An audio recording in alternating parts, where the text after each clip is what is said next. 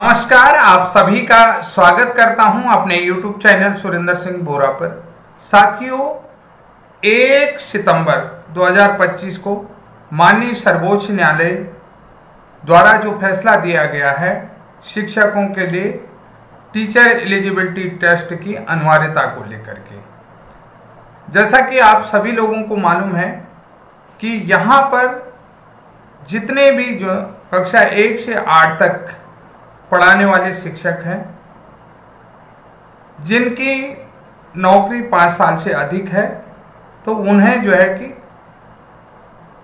TET परीक्षा पास करना अनिवार्य है। अब ये टेट परीक्षा पास कि उन्हें पदोन्नति के लिए भी अनिवार्य है। अगर वो जो है 5 साल से अधिक से उनकी सर्विस बची है तो तब भी उन्हें जो है कि टेट पास करना अनिवार्य है।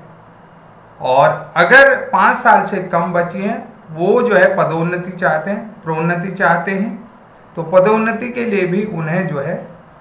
टेट पास करना अनिवार्य होगा। नहीं तो 5 साल से कम वो जो है कि अपनी सेवा 60 साल तक की सेवा को 60 साल तक की उम्र तक की सेवा को वो कंप्लीट कर सकते हैं। साथियों, all India primary teacher federation की तरफ से इस फैसले को लेकर जो सवाल उठाए गए हैं, उन सवालों को लेकर के जो उनकी जो पॉइंट वाइज जो सवाल उठाए हैं, इस फैसले को लेकर जो उन्होंने सवाल उठाया है, वो सवाल मेरे हिसाब से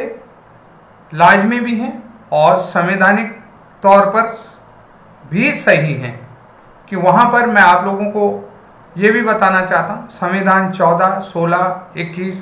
इन सभी का जो है कि जो फंडामेंटल राइट है, इन सभी का कहीं न कहीं जो है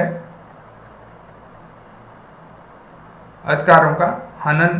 भी देखने को मिल सकता है, या इन अधिकारों का उल्लंघन भी इसमें देखने को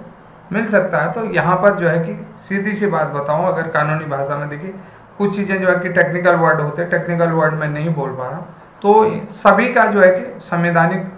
अधिकार है। तो यहाँ पर जो संविधान के अनुच्छेद 14, 16, 21 हैं, इन ये सभी का मौलिक अधिकार है। इन मौलिक अधिकारों के प्रति आवाज़ उठाना जो है कि हमारा भी संवैधानिक हक है। तो अब बात हम ये करते हैं कि अगर भाई जब AIPTF की तरफ से सुप्रीम कोर्ट के टेट के सुप्रीम कोर्ट के फैसले को लेकर जो टेट की अनिवार्यता है, सुप्रीम कोर्ट का टेट के अनिवार्यता को लेकर के जो फैसला है, उसमें सवाल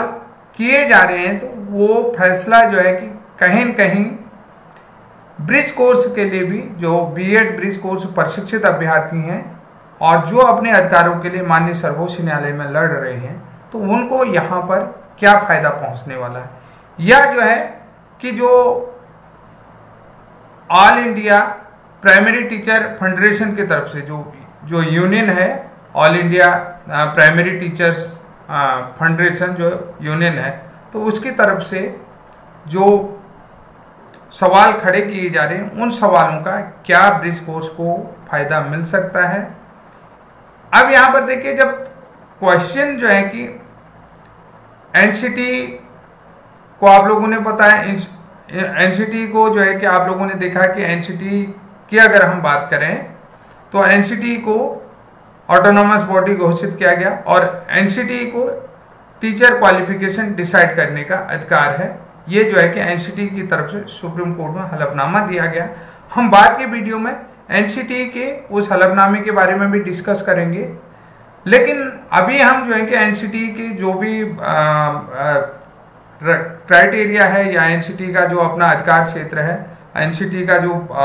विनियामक है, यानी कि एनसीटी का जो रेगुलेशन है और रूल है, कि तो उनके बारे में बात करेंगे, तो वो अगले वीडियो में। लेकिन हम यहाँ पर उन पॉइंटों पर बात करेंगे जो AIPTF यानी कि all India primary teacher federation की तरफ से फैसले को लेकर के सवाल किए जा रहे हैं। वो सवाल जो हैं कि ब्रिज कोर्स प्रशिक्षितों को कितना फायदा दे सकता है और उनकी बातों पर कितना दम है और कितना जायज है, इन पॉइंटों पर बात करेंगे। बहुत सारे साथी, देखिए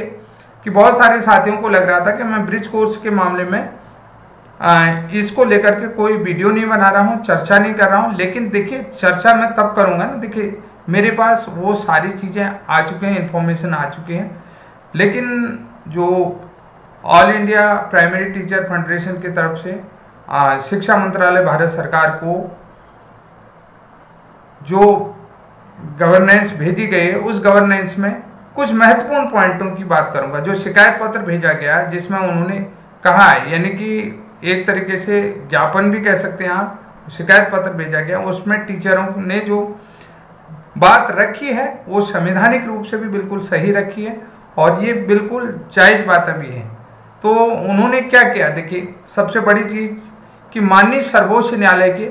हालिया फैसले की ओर ध्यान आकर्षित करना चाहते हैं। उन्होंने मिनिस्ट्री को लिखा है, एजुकेशन मिनिस्ट्री को लिखा है, एजुकेशन मिनिस्टर को लिखा है, माननीय सर्वोच्च न्यायालय के हालिया फैसले की ओर ध्यान आकर्षित करना चाहते हैं, जो कि 1 सितंबर 2025 को माननीय सर्वोच्च न्यायालय की तरफ से टेट की अनिवार्यता को लेकर के, शिक्षकों के लिए टेट की अनिवार्यता को लेकर के आया। तो उसमें देखिए शिक्षकों की भर्ती के मानदंड 2011 से लगातार आलोचना के घेरे में रहे। जो टीचरों के लिए रिक्रूटमेंट यानी टीचरों के लिए भर्ती के लिए जो क्वालिफिकेशन क्राइटेरिया रही है वो हमेशा जो है क्या आलोचना के घेरे में। अब टीचरों का कहना क्या है, देखिए ये तो सभी को पता है कि आलोचना के 2011 के बाद जो भी मानदंड आरटीए एक्ट के बाद जो वो चीज है बीच में जो भी क्वालिफिकेशन डिसाइड करे गए, जो भी अमेंडमेंट लाए गए हैं, वो सब जो है कि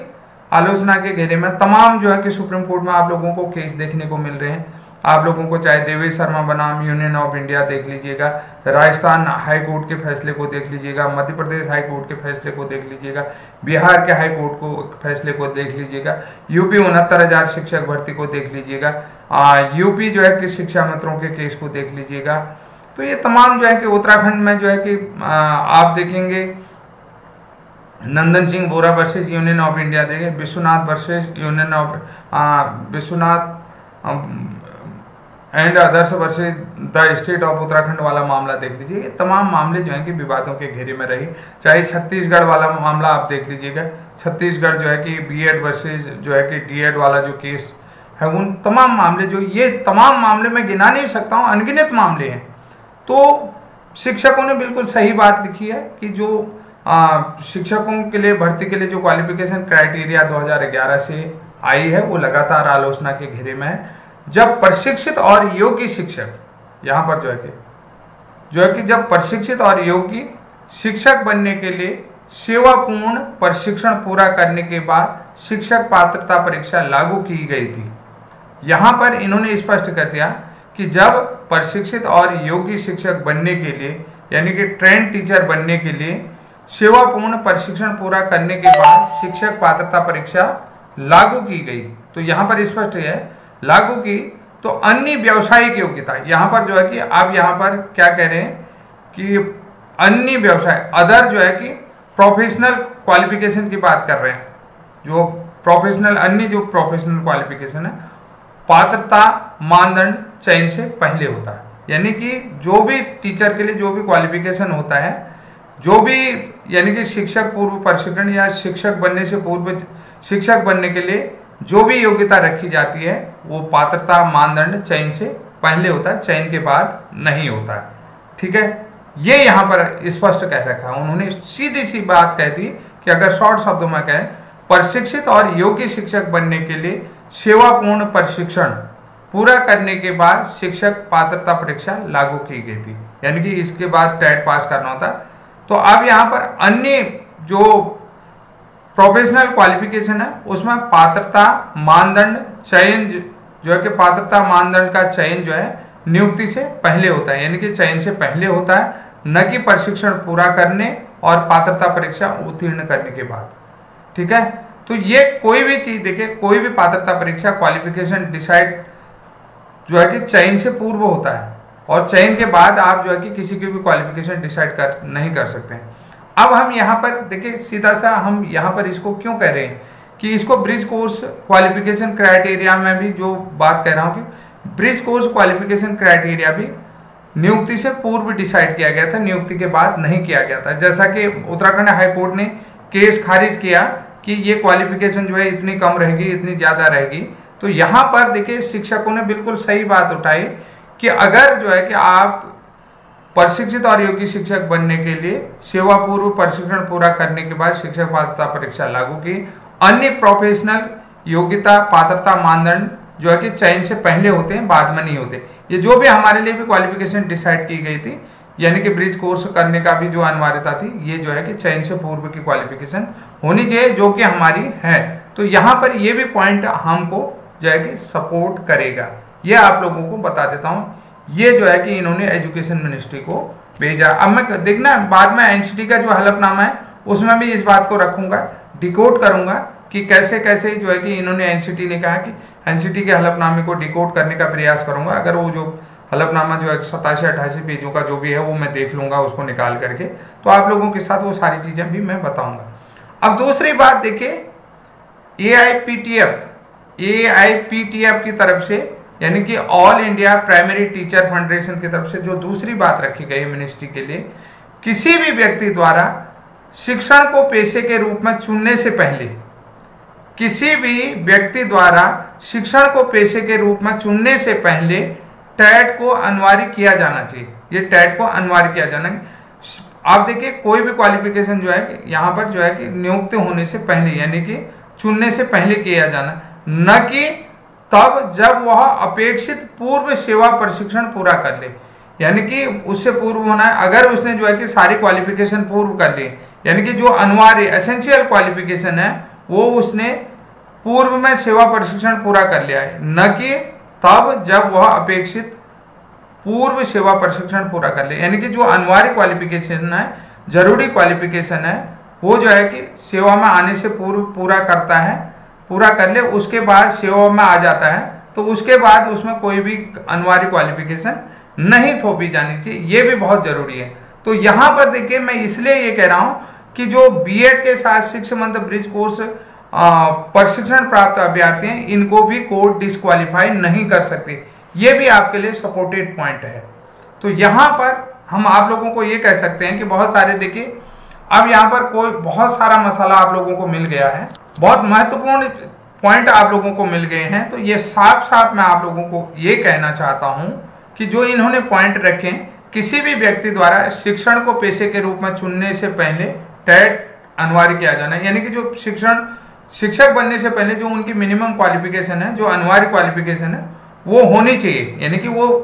किया जाना चाहिए। यानी कि ये भी यही कह रहे हैं कि जो अनिवार्य क्वालिफिकेशन हुआ है, न कि तब जब वह अपेक्षित पूर्व सेवा प्रशिक्षण पूरा कर ले, यानी कि जब उसने टीचर बनने की सारी क्वालिफिकेशन पूर्ण कर ली, उसके बाद यानी कि जो एसेंशियल क्वालिफिकेशन है उसने सब पूरी कर ली, उसके बाद आप जो है कि उसमें कोई अन्य क्वालिफिकेशन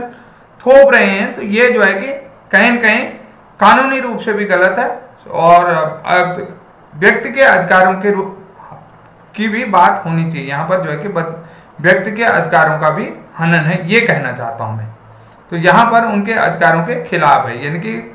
हम जो है कि हमारा जो फंडामेंटल राइट है उस अधिकार के अगेंस्ट ये चीजें हैं। आप जब बाद में जो है कि ये तोप रहे हैं ये क्वालिफिकेशन नहीं होनी चाहिए, ये होनी चाहिए कह रहे हैं कि आप वो कह रहे हैं कि बीएड के साथ ब्रिज कोर्स नहीं, आप लोग डीएलएड होते तो हम आपको रखते, ऐसा नहीं होना चाहिए, जो कि गलत है। ये